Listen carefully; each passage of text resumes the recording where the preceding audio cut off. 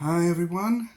Today I am very happy to be talking about Yumi and the Nightmare Painter by Brandon Sanderson. Here's Secret Project number 3, Kickstarter edition. As I said in my previous videos on the secret projects, I backed the Kickstarter for the audiobook and e-edition. And found that I couldn't resist owning once the hard copies once I saw the beautiful artwork inside them. So, and luckily, Dragonsteel put them up for pre-order, so I didn't have to lay out all that money at once, and I could get hold of these beautiful editions of these books. So before I give you a look at the book, I'll give you a quick rundown of Yumi and the Nightmare Painter. This is the author's favorite of the secret projects. He wrote it as a gift for his wife, and it really shows. Without too many spoilers, it's set in two different worlds. One which is based on like a modern day Tokyo, and another that is sort of historical Korea. And we're following the two characters, Yumi and the Nightmare Painter, in their respective worlds and how they come together.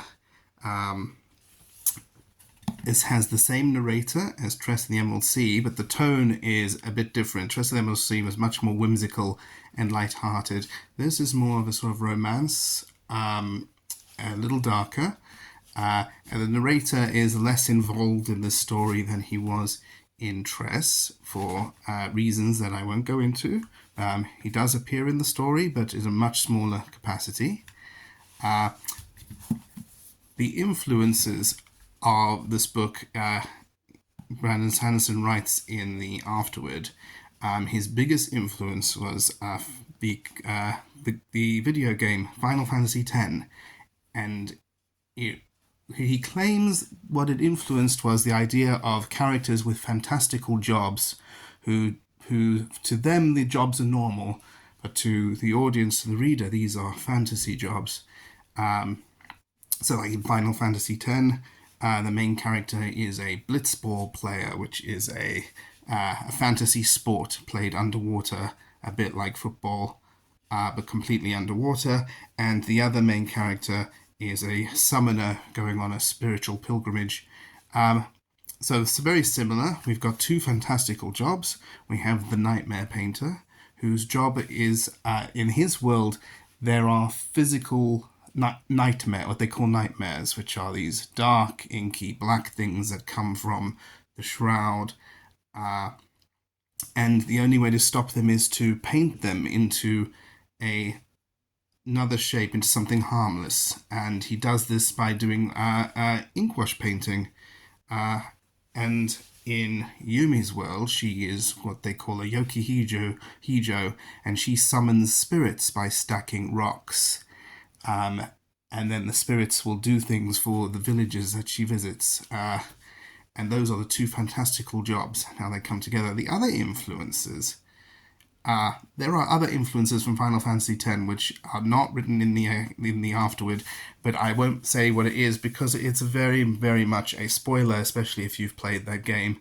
But there are definitely other influences from that game. But there are other influences as well which are not computer game. They're influences from manga and anime, specifically the manga Hikaru no Go, which is about a boy who finds a haunted Go board that's haunted by a Go master who teaches him how to play the game of Go, and the anime Your Name, which is about two people who swap bodies.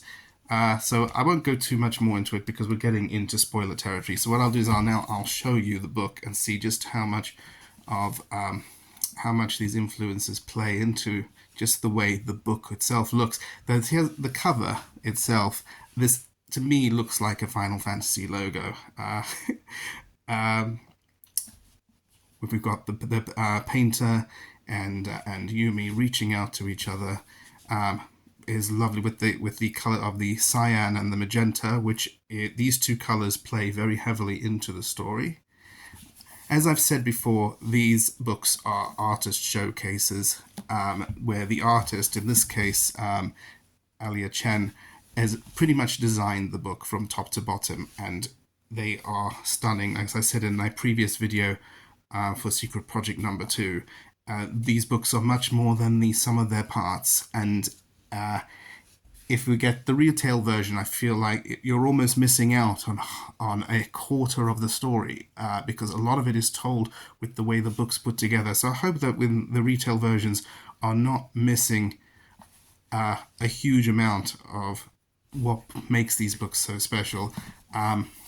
So he has the spine. I kind of like this. We've got Yumi and in one direction, and then the Nightmare Painter in another. It almost looks like it's a mistake, but when you put it on the shelf, spine up, but it's not. It is definitely on purpose. We've got the author's name, Dragonsteel logo.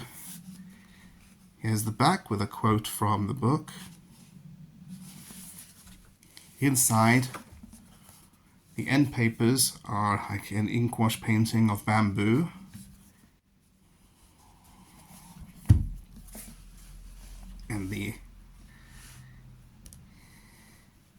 And then we have Yumi. Now we'll have a look properly inside. Now the colors cyan and magenta come up a lot in the story, so it's only natural that it would be very much a part of the artwork as well.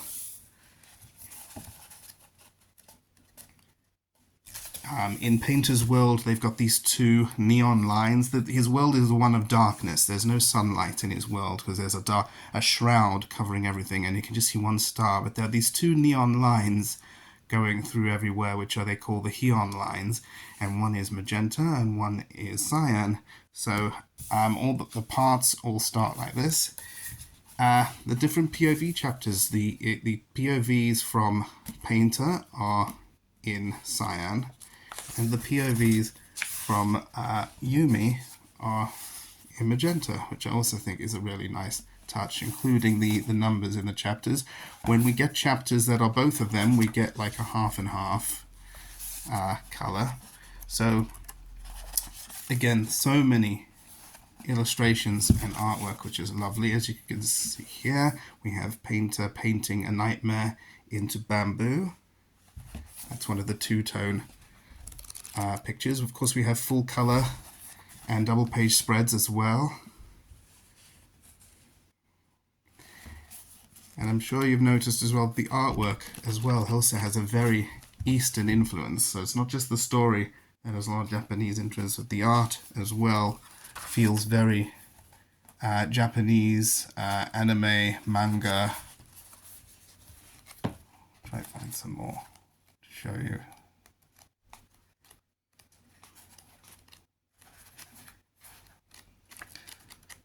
I never plan these videos out. I always just wing it, and as a result, sometimes things don't always go according to plan. But here we go. We have Painter teaching Yumi how to paint.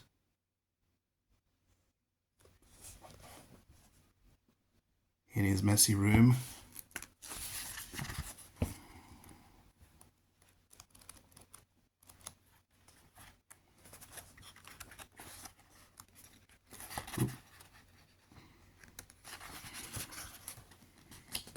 Stunning.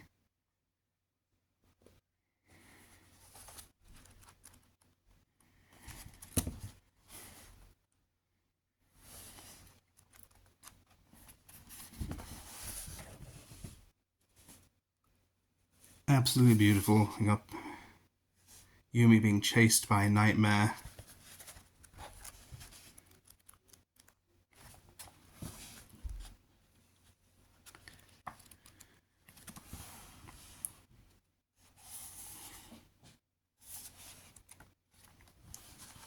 And that is a brief look inside. The story is a lovely, sweet story. It's a romantic story. It's a slow build.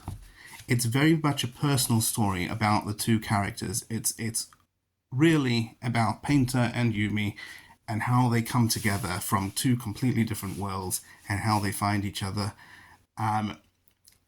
It's a very romantic, definitely a gift from Brandon Sanderson to his wife, and it shows. Um, we get the typical, so we get the Sanderlanche at the end, which is very satisfying. And you see, it's even though it's a very personal story and it's about these two characters, there is something larger happening in the background, which then all comes together at the end in the usual Sanderlanche where everything happens at once, and it's very satisfying. There's just one bit in the book that's a bit clunky. As you approach the Sanderlanche, we suddenly get a lot of exposition from the narrator going, and this is what has really been happening the whole time. And it's a little clunky, but I don't know if there's any other way you can do it. Particularly if you're reading this book as a standalone, which it is a standalone, and you don't know anything about the Cosmere and other books, and that you definitely need that exposition because you won't have a clue what's going on. And even if you have read a lot of the other Cosmere books, which I have, it still needs that explanation to go, oh, well, this is why this happened, and that's why that happened. I don't know if that's a bad thing or a good thing. It did feel like a little bit like, and now to explain everything to you. But because of the way it's told in this sort of omniscient first person, whereas a character in the story is telling it to another character somewhere on a different planet, it doesn't feel lazy. But it is a little bit clunky. But you know what? It still works. But that is the only sort of real criticism I have of it. It's a lovely story. I definitely recommend picking up even the retail version for the story. It's still one of those that's where the sum is, where the book is greater than the sum of its parts.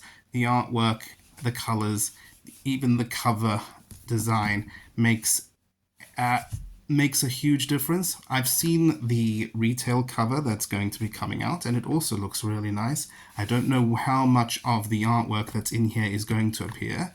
When listening to the audiobook, I was very surprised that they would stop at the end of the chapters and describe some of the artwork in the book, which I'd not heard before, at least not in the previous ones.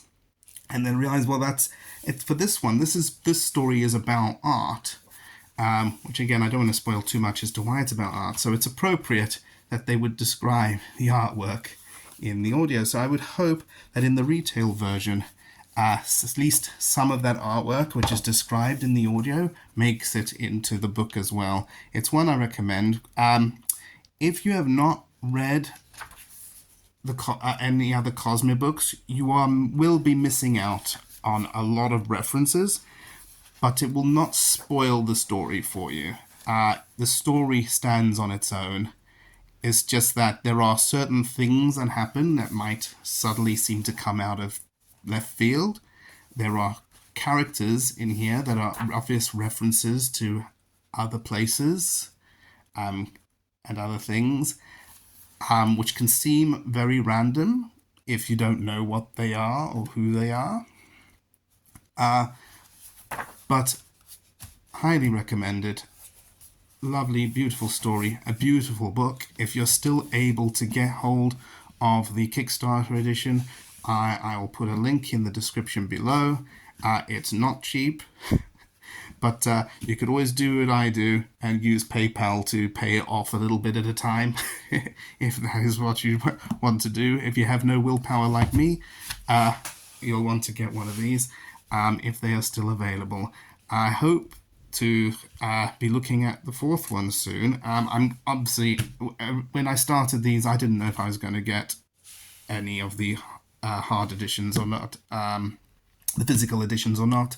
You know, I started with Tress, and then I went on to Frugal Wizard, and I got this one. I might as well get the fourth one now, so I'll be getting the fourth one now. So hopefully looking forward to doing a video on Secret Project number 4 in the future.